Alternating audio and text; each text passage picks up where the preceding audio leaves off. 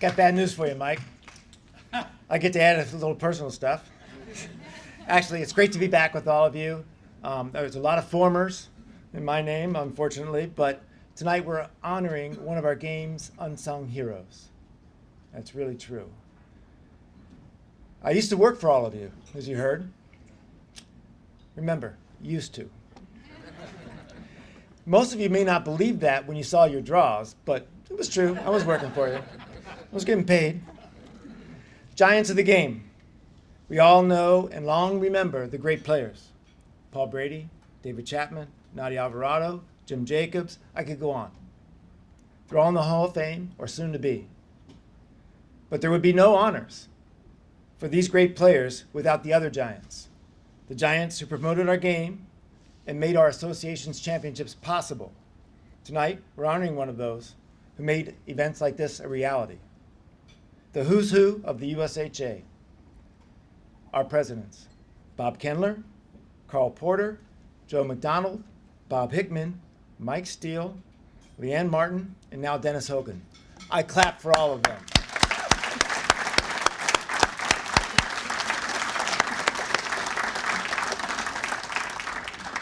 And I got news for you. Thanks to them, there are many more great players than there are presidents, as you can tell from that list. But I have to admit, I started feeling old when I realized I worked for every one of those presidents. Every one they had since 1951, until today's President Hogan. Dennis couldn't make the trip, but asked me to convey his appreciation for Mike's work over the years. Mike's good friend, Jay Maxwell, I got the name. He nominated him for tonight's induction, and thank you, Jay, for doing the work. Makes this easy. And Jay asked me to list some of Mike's accomplishments. And I'm honored, just as I've been honored, to work for all of our game's giants. For starters, Mike's handball history is more varied than any other USHA president or contributor in the Hall of Fame. He founded, I have my Pacific University shirt on that Chatton gave me. He founded the university handball team in 1977 and continued to coach through 2015. His teams produced 30 national champions, 3 All-Americans, and 2 team titles. But more importantly, Steele's proteges have continued to play and promote the game throughout the country. We're lucky to have all those young people in our game, and we can thank Mike for that. As Mike's involvement grew, so did the game's administration look to Mike. He serves as National Collegiate Commissioner for 14 years. Anybody will tell you that's not an easy task. College coaches demonstrate as many different opinions as our national politicians. Tough work. Mike's been the impetus and the tournament director for 6 national championships and vital to the success of many other nationals held here at Multnomah. While he served as USHA president, Mike also served as secretary-treasurer for the World Handball Council. During that time, our sport's largest ever events were held. And, Leanne, we're right. Got to get the right order here. While president, Steele also led the USHA into more prosperous times. Through the promotion of the estate planning, an area where he walked the walk and talked the talk. Mike's included the USHA in his plan. A distinguished English professor at Pacific, Mike's authored books outside of handball that someone else will tell you about. But I can tell you he was a huge part of Handball magazine. And if you're like me and needed to look up a rule real fast, Mike saved the day on many occasions. Mike put together our rule book's first ever and easy to follow index. So we can all thank Mike for that time when we need to find a rule fast. It would be next to impossible to find someone who's given in so many ways. And for that, I welcome Mike into the USHA Handball Hall of Fame and invite the new coach of Pacific University and a pretty good handball player, David Steinberg.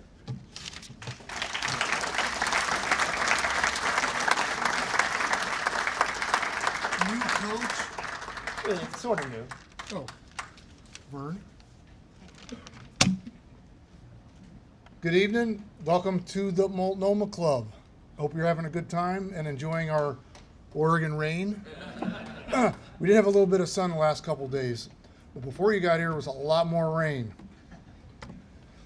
Professor Steele, always referred to him as Professor. Chadden called him a visionary. Vern highlighted some of the visionary things that he's performed in his distinguished career. You mentioned he was a distinguished professor, Professor Emeritus of English. So that rule book that he rewrote in conjunction with Sergeant Sove is meticulous. PhD level writing there. And that was in sore need of getting redone. Vern highlighted a few accomplishments and stole some of the thunder. Professor Steele came to Pacific University in 1975. 2 years later, he started the Boxer Handball program, took the first team, all 2 players of them, to the collegiate championships. He's been the head coach there for over 4 decades. That's a lot of handball players going through the program. And as Vern pointed out, many have stayed with the program. Visionary Professor Steele, when I saw him here in the halls a number of years ago, I asked him if I could do some exhibitions out there for his students. He said, yeah, sure, what have you. I saw him a little bit later and he said to me, we're not thinking big enough. That's what a visionary does. And he asked me if I would take over his program because he did not want to see it go away. He mentored me for 2 years so I could understand how to coach. And since then, more championships have been won, more players have been turned out. And Professor Steele, in his visionary ways, he did not want to leave the coaching program. So he stepped down as assistant coach. And he's still on the court with the students. He can't get out of there. Slowly. Visionary. Professor Steele, persistence, recruitment, emphasis on practice, sportsmanship. That exemplifies somebody deserving to be in the Hall of Fame when you're working with new students, introducing them to the sport of handball. As president of the USHA for 10 years, you already know he wrote rewrote the rule book. Professor Steele also was visionary when he saw an eye injury where a player lost their eye and said, we've got to do something about this. And hence the research on the eye guards at Pacific University's College of Optometry. And as of last month, there is now going to be a new standard for the testing of eye guards for the sport of handball exclusively. That's visionary. That exemplifies Professor Steele and the honor of being inducted into the Handball Hall of Fame. With that, I would like to introduce somebody near and dear to Professor Steele's heart, Matt Steele, his son.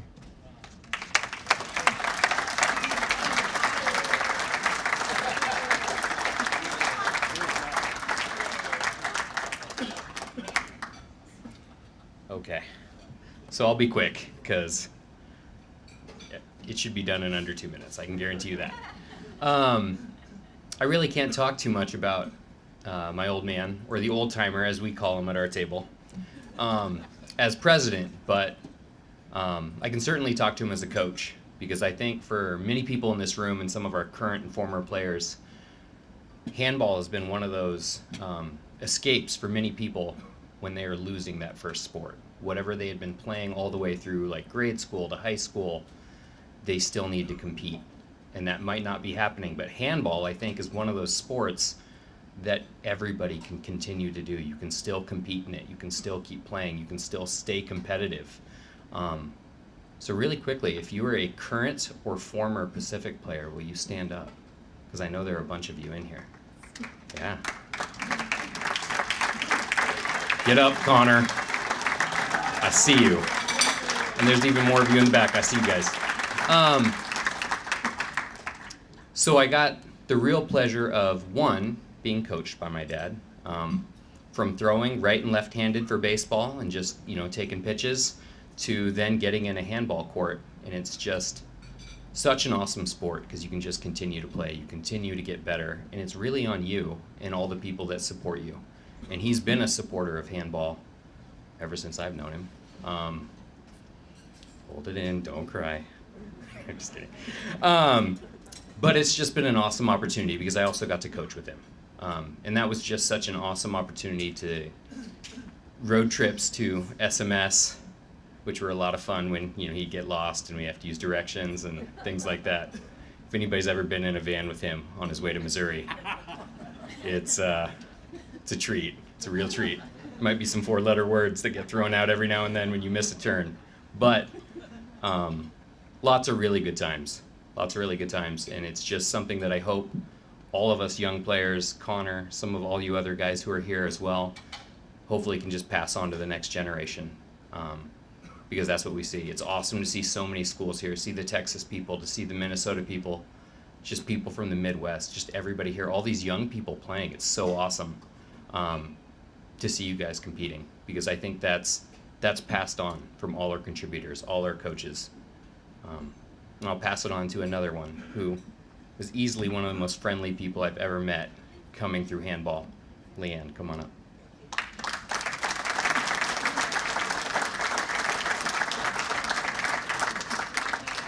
So good evening. I can say it is about time that Mike has his induction ceremony. Once he was notified that he was accepted into the Hall of Fame, he waited 2 years for the right time, and of course that meant when the pandemic wasn't at its height and everything was closed, but also to when we could be here at the beautiful Multnomah Athletic Club with family and friends. So we're so happy we can celebrate with you tonight. So as you heard, Mike has flown under the radar for several years, but he was making significant contributions all along the way. And it wasn't just in handball. You've heard some people mention this, but he's a well-published scholar. He's even written a book on Notre Dame football. He's a top expert, and this is internationally as well as nationally, in the study of the Holocaust. And you haven't heard much about that, but I have a story for you. So one time, Mike was on a short commuter flight out of Tucson. It was 22 minutes long, and he was on the same flight as Steve Groh, one of Portland's own. And most likely they were leaving Tucson from a board meeting because they both served on the board of directors. So Steve happened to sit next to a young professor from the University of Oregon, and that young professor had very strong interest in the study of the Holocaust. So Steve mentioned that there was somebody in the plane who knew a lot about that. And Steve said, he's sitting right back there. So the young professor turned around, his face lit up, and he screamed, "Mike Steele!" Now, probably nobody would say that when Mike enters the handball court, but that should give you an idea of what a rock star he is in his professional area of study. And in talking to Mike the other day about that celebrity incident, his comment was, "It's too bad it was only a 22-minute flight." I've had the honor of getting to know Mike in several capacities. First, as a fellow Northwesterner, I'd see him at tournaments. He was playing, he was reffing, he was always behind the tournament desk. I also knew him as a coach. You've heard a lot about that tonight. He was responsible for the Pacific handball team. But I can tell you, at the time, there weren't many female handball players around. Some of them are here tonight, but there was a core of women handball players who learned handball at Pacific University. And they continue to be wonderful ambassadors for handball. And as I told Mike once, they are the most fun, enthusiastic, positive group of women I've ever had the opportunity to play with and play against. And I can tell you that having been involved in sport all my life, the players' behaviors, attitude, demeanor are a reflection of the coach. So thank you, Mike, for being a wonderful ambassador for women's handball.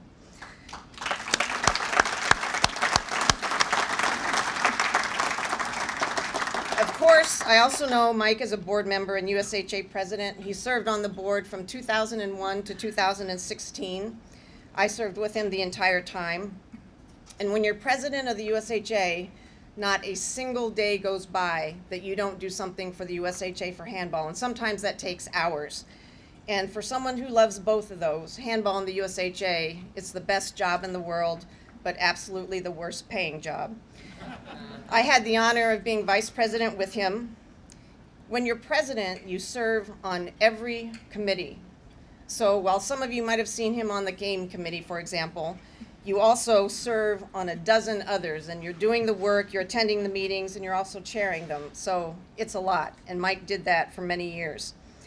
As USHA president or chair of the committee, Mike led with vision, intelligence, integrity, but most of all, passion. He was thoughtful, he was committed at every single turn, every tangle, and certainly in smooth waters. But behind every thought and idea and suggestion and, yes, argument, there was a man who loved handball and the USHA, and he was always endeavoring to make both better. Throughout our time together on the board, we had many, many conversations, and in every one, it was obvious that he led with his head and his heart, and both of those were fueled by his passion. So I've known Mike Steele in many capacities. I'm proud to have called him a colleague, and I'm honored to call him a friend. So Mike, welcome to the Hall of Fame.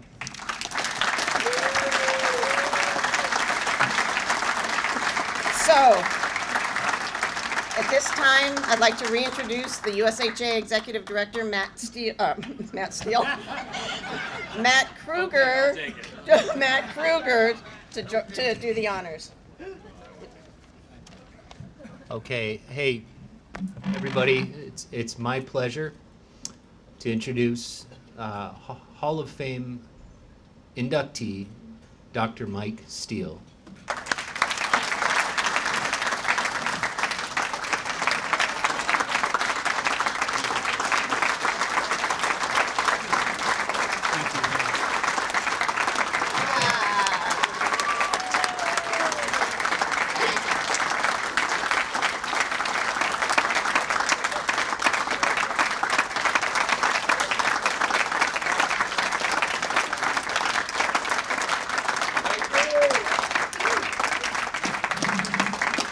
This is Dave Delaney's artwork, and he is truly a Renaissance man. I've heard all kinds of stuff. World-class surfer, right? Worked with Intel for years and years. Retired from Intel. Is a practicing artist. I mean, and he plays handball. You know, he's in a class of his own in handball. So. Thank you very, very much, Dave. I appreciate it. I'm on a short leash for time, but I'm gonna. You've heard people talk about my coaching, and Matt talked about my coaching. But I have to give you a hint. I give this to all of you that will help you coach in an improved way. When the university, Pacific University, our nickname is Boxers. Don't worry about it. It's not the sport. But I would assign coaches to work certain games, and I remember we were at Arizona State, I think it was, and Matt was coaching a certain game, and we're allowed to coach in the collegiate game, you know, on timeouts and between games and whatnot. And with me, it's very particular. You know, you need to do that footwork in that corner, and you need, you know, et cetera. So very technical. And this kid was in trouble, and Matt was assigned that game. And I was famous for, maybe Mike Dow remembers this, I used to walk around with a little whiteboard, and, you know, I would write messages to people like Z, you know, whatever. And Matt asked me for the whiteboard, and I said, sure, take it away. And so he writes something on it, and he holds it up, and the kid can see it through the glass wall, right?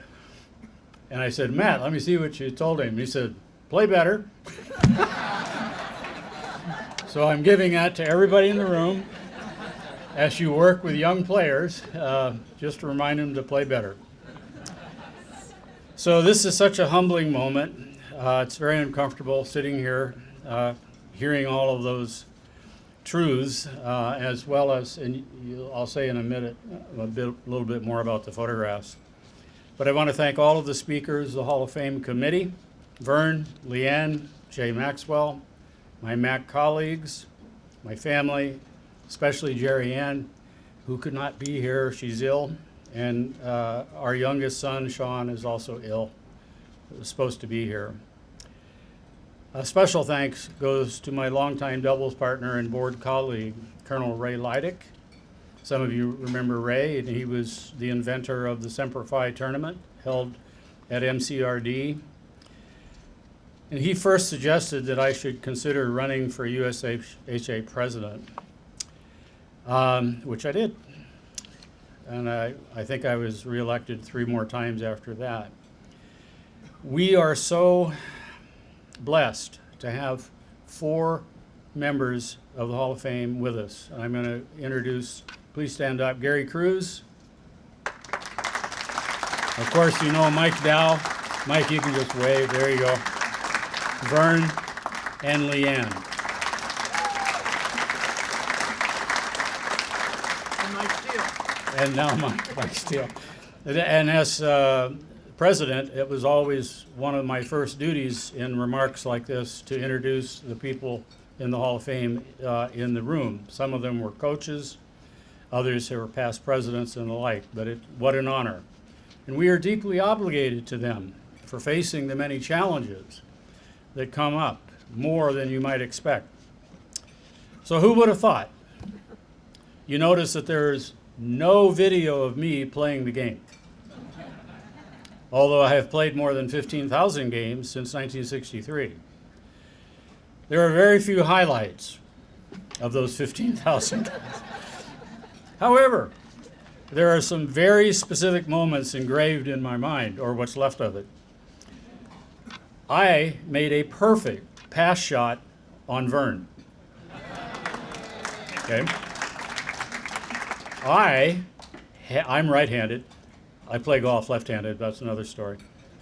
I rolled out a kill shot with my left hand against Snotty Jr.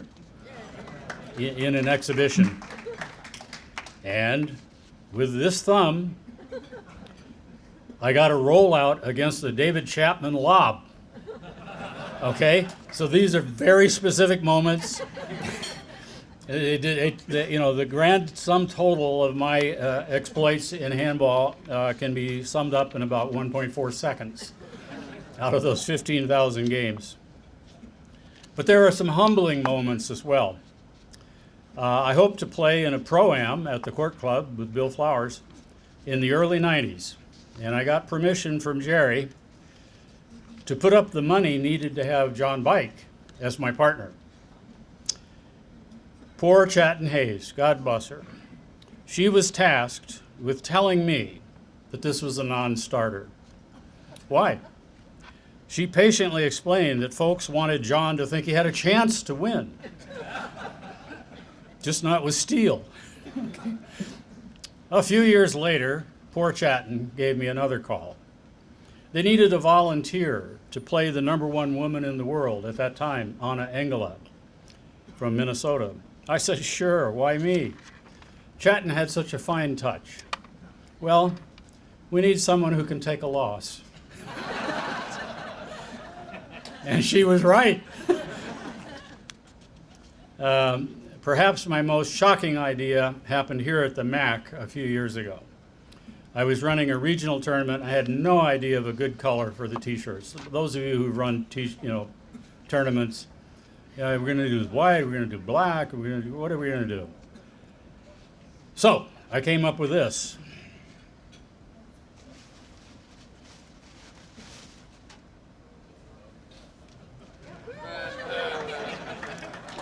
Now, let it be known, this is not pink.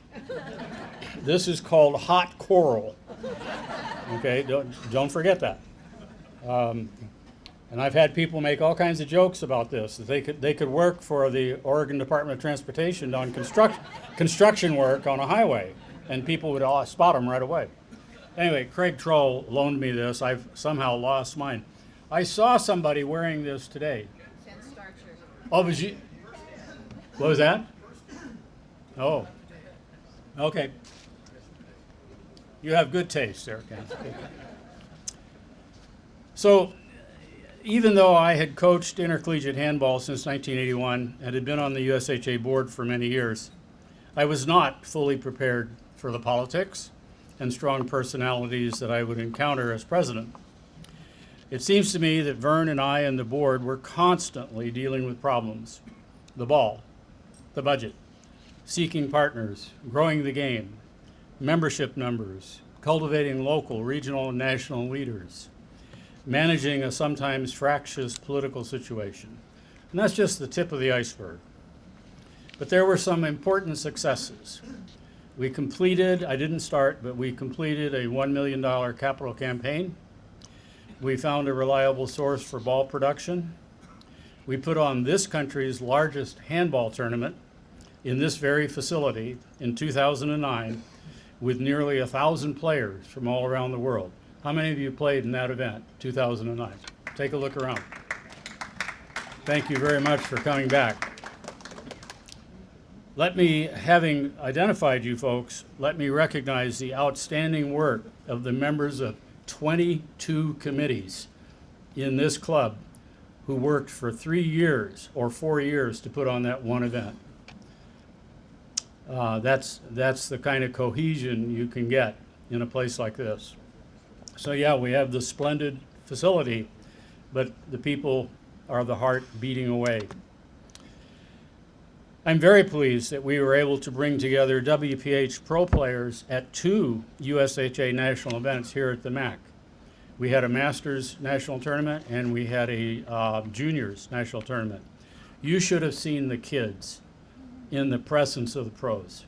And the pros put on clinics, and the pros signed, this or that hat or T-shirt or whatever. The kids, we probably had 100, 110, something like that, kids of all ages. And it was just marvelous to see that. And I think we need to keep moving in that direction. What David said about eye guards, David and I and Dr. Ed Grossenbacher were playing at the Semper Fi tournament in 2014, and we all saw the tragic results. It was a side shot. It was not a straight-on shot. It was a shot that came in this way.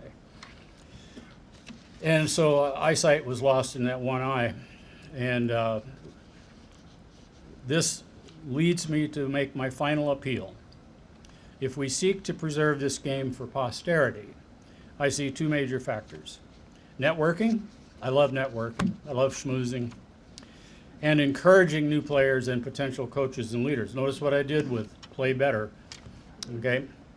I was able to put David Steinberg in touch with the chairman of the National Sports Vision Council, my former student, Holocaust Studies, Dr. Fraser Horn, who then led us to Professor Carl Sitek, a specialist in research in this area.